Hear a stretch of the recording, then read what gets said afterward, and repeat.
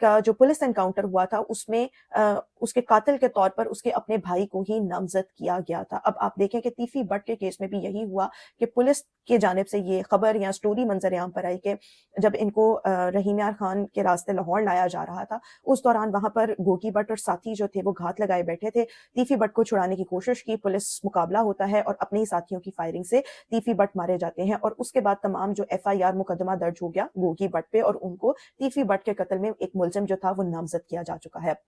اور تیفی but Gogi but جو ہیں وہ اپنی یہ کروا بھی لیں بیل وغیرہ یا جتنے بھی معاملات ہیں, لیکن یہ جو اب تیفی بٹ کے کیس میں ان کو مرکزی ملزم نامزد کیا گیا ہے اس میں ان کی گرفتاری جو ہے وہ ہوگی, چاہے باقی کیسز میں یہ اپنی ضمانت کروا بھی لیں. تو یہ دونوں جو کیس ہیں تیفی بٹ اور احسن شاہ والا, یہ آپس میں بہت زیادہ مماثلت رکھتے ہیں, اور امیر بالاچ کے قتل میں مخبری کرنے کے لیے احسن شاہ کو 4 کروڑ کی رقم کا وعدہ کیا گیا تھا تیفی بٹ کی جانب سے. اور یہ بعد میں کہا جاتا ہے کہ تیفی بٹ جو تھے انہوں نے بعد میں پولیس کے ساتھ اپنی تمام چیزیں سیٹل کر لی تھی, اور اس کے بعد جو پولیس انکاؤنٹر ہوا تھا احسن شاہ کا اس میں تیفی بٹ کا بھی رول تھا,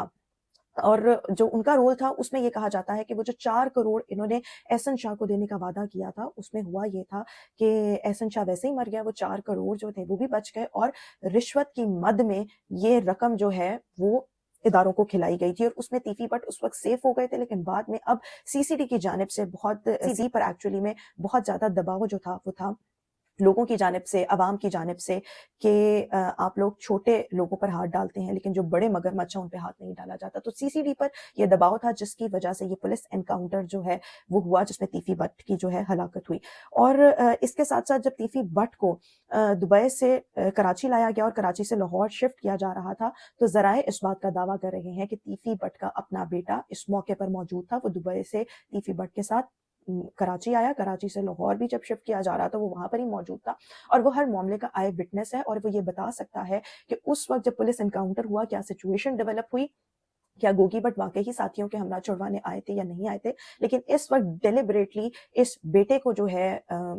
یہ جو تیفی بٹ کا ہے اس کو میڈیا سے دور رکھا جا رہا ہے, اور جس وقت تیفی بٹ کی نماز جنازہ ہوئی اس وقت بھی ان کا بیٹا وہاں پر موجود تھا, لیکن بہت زیادہ سیکورٹی گارڈ گن مین موجود تھے, اور میڈیا کو تیفی بٹ کے بیٹے کے پاس جانے کی اجازت نہیں تھی, اور نہ اس کو یہ اجازت ہے کہ وہ کوئی بات جو ہے وہ کر سکے. تو یہ ایک سچویشن جو ہے وہ یہ بھی ہے. اور اس سب کے ساتھ ساتھ اگر ہم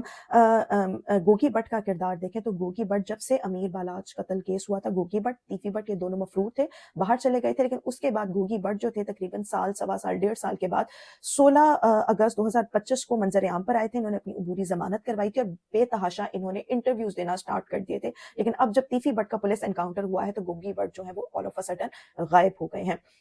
ایک اور یہ چیز کہ اس چیز پر بہت زور ڈالا جا رہا ہے کہ اس وقت بہت زیادہ ابہام کی, کنفیوژن کی سچویشن ہے, تو پولیس کو چاہیے, اداروں کو چاہیے, GIT کو چاہیے کہ وہ ایک باقاعدہ پریس ریلیز جاری کرے جس میں باقاعدہ طور پر بتائے کہ امیر بالاچ قتل کیس میں تیفی بٹ کا کیا کردار تھا, گوگی بٹ کا کیا کردار تھا, اب اس کیس میں کتنے لوگ جو ہیں وہ اریسٹڈ ہیں, کون کون سے شوٹر اریسٹڈ ہیں, اور اب تک کتنی گرفتاریاں ہوئی ہیں, اور پولیس انکاؤنٹر کے حوالے سے بھی ایگزیکٹ ڈیٹیلز جو ہیں وہ پریس ریلیز کی صورت میں شائع کی جائیں, کیونکہ اس وقت بہت زیادہ کنفیوژن اور فیک انفارمیشن جو ہے وہ پھیل رہی ہے. میڈیا اور سوشل میڈیا کا کردار اس میں بہت زیادہ اہمیت کا حامل ہے. وہ اس لیے ہے کہ امیر بالاچ قتل کیس کے بعد ٹرکا والا گروپ نے, ٹرکا والا خاندان نے